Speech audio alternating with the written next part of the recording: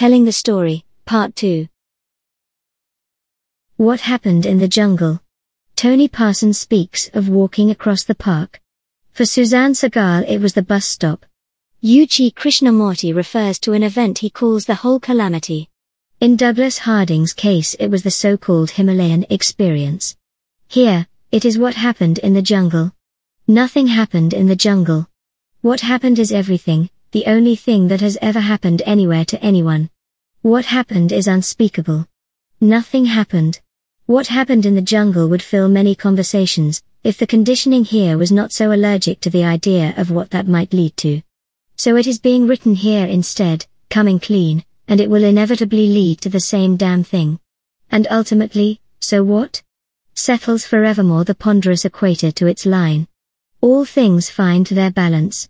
The shreds and remnants of David's conditioning, flapping noisily in the wind, fret dire warnings of the ego trap here, wanting to run away, to find the anchorite's proverbial cave to live in, at least metaphorically. But it's silliness. There is no ego, no trap, this too is illusion, thin as a summer morning mist on a hay field. The aversion is there in the conditioning of this mind/body apparatus, like the aversion to certain foods or to loud music. This is seen, but it no longer holds any significance. One consciousness streams through all these billions of forms, and what happens in which, including this one, truly is of no significance. There is no choice here, only the pure and choiceless awareness of consciousness streaming. Tony de Mello called it, wholehearted cooperation with the inevitable.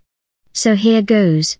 Much of what happened in the jungle was experiential, and so could be thought about, remembered, talked about. Deep, transformative experience. Nice stuff. Transcendent stuff. Beautiful. Major peak experience type stuff. You know well what I mean. Enough to burn the living bejesus out of the David thing. Preparatory, could be said of it now. This can be talked about, however haltingly and with much abuse of the rules of grammar and the intended meaning of words. But there then came a time when all that stopped, when the experiencing stopped, and here it gets dicey. Because David also stopped. But of course that's silly. David never was. Looking at the journal entries from shortly after, it's gibberish. Pointing toward the unspeakable and going, gagaga. It all goes to show the infinite but from this perspective rather twisted sense of humor possessed by the brilliance beyond light we call consciousness. Hey look, we've tried all the other combinations, many years of preparation and then awakening, many years of preparation and then no awakening, many years of preparation and then almost awakening, but whoops, sorry, not quite. Here's one we don't do so often. How about complete realization, total consciousness, pow, without any preparation at all? Take some schmuck, renegade part Indian, renegade couldn't quite make it priest, tortured psyche, carpenter from the hills of Vermont, poor bastard won't know what the fuck hit him. Great entertainment. You have to understand, I knew absolutely zippo about any of this shit. Didn't know there was any such animal as a seeker, let alone the whole seeker subculture.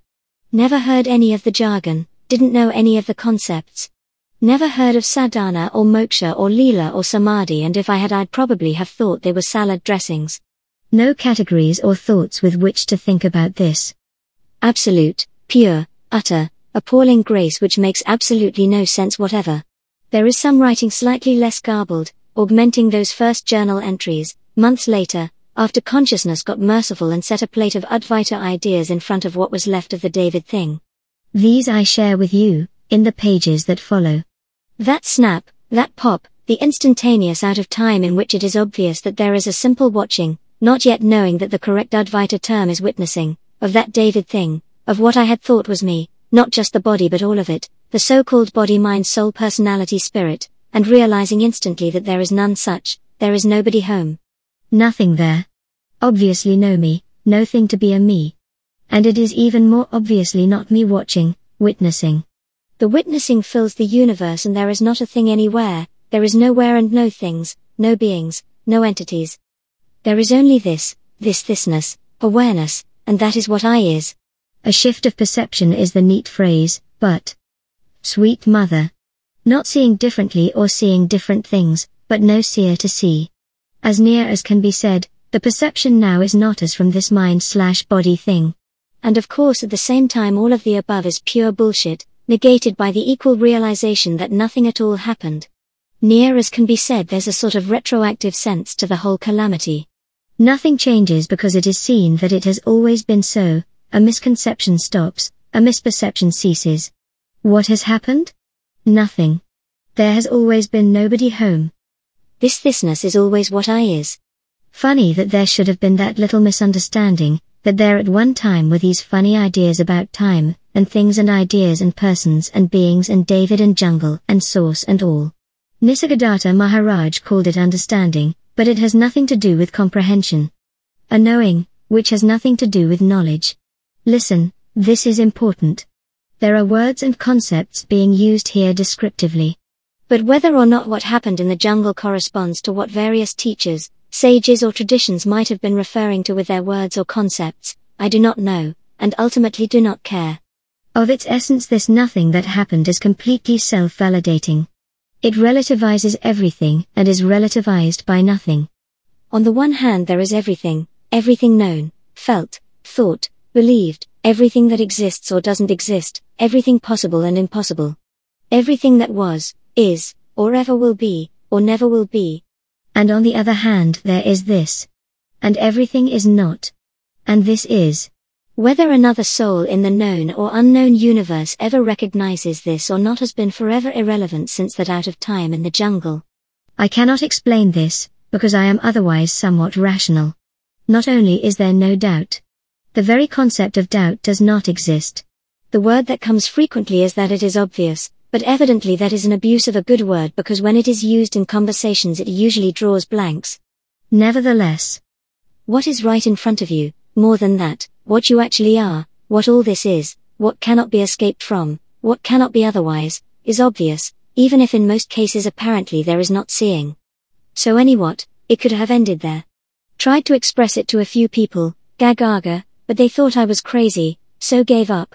Watching of the David thing going back to hammering nails.